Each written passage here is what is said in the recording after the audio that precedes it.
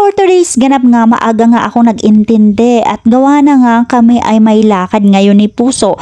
Kaya naman ako'y kumalkal na laang doon sa rep kung ano ang pwedeng maluto at eto nga yung aking nakita, isang frozen na hotdog. Kaya naman lulutuin ko na nga muna ito sa tubig na upang sa ganun mawala naman yung kanyang pagka-frozen.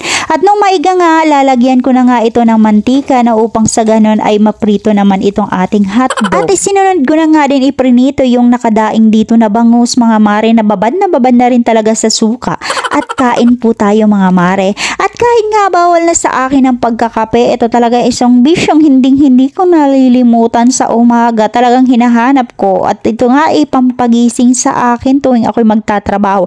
At eto na nga yung ating final look. Ayan, nakatapos na nga ako. At kanina pa nga ito ang aking si Puso, ako'y binubusinahan na kasi baga naman daw ang tagal-tagal ko daw maghilay. Kako hindi pa nga pantay. At bali on the way na nga kaming papuntang San Pablo at eto naman aming daan. Diyos ko po Rudy, shout out naman po sa ating mga nakaupo dyan. Baka naman gusto nyo ayusin itong pagkakaispalto ng daang ito. Kako Puso, saan pa baga tayo pupunta? At kami pala ay suminsay pa dito sa bayan para mag-withdraw ng pera. Ay Diyos ko, di sana'y laging ganito. Ay kuy sasama lagi pagka ganito. Ayan, ako'y nabigyan na. Di siyempre nakatawa. At bali nandito na nga kami sa San Pablo, Laguna. Yun laang naman talaga mga mare. Kahit mainit ang panahon, ay dito sa amin ay hindi gasino nagsisisikat ang araw. Gawa nga ito ng smog sa pagsabog ng Bulkang Taal. Kaya naman ng mga nakaraang araw ay halos dito sa amin ay walang gasinong pasok at kansilado yung mga pasok sa gobyerno.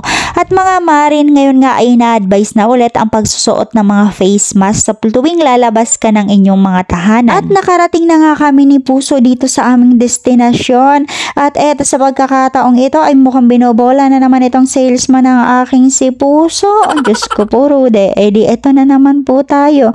Paiyakan na naman sa gastos. At kaya nga pala kami pumunta dito sa isang malaking pabrika at tindahan ng gulong at papalitan nga ng sapatos yung aming si Dos.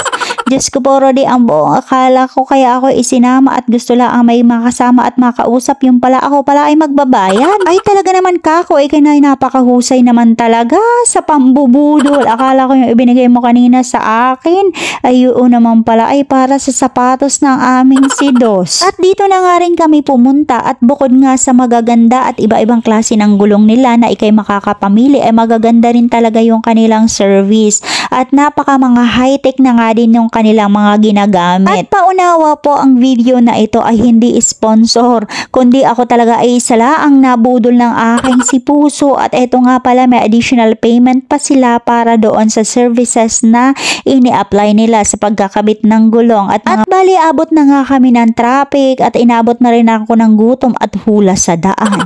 Yun lang naman for today's video. Maraming salamat sa inyong panonood. Hanggang sa sunod na serye, mabalos!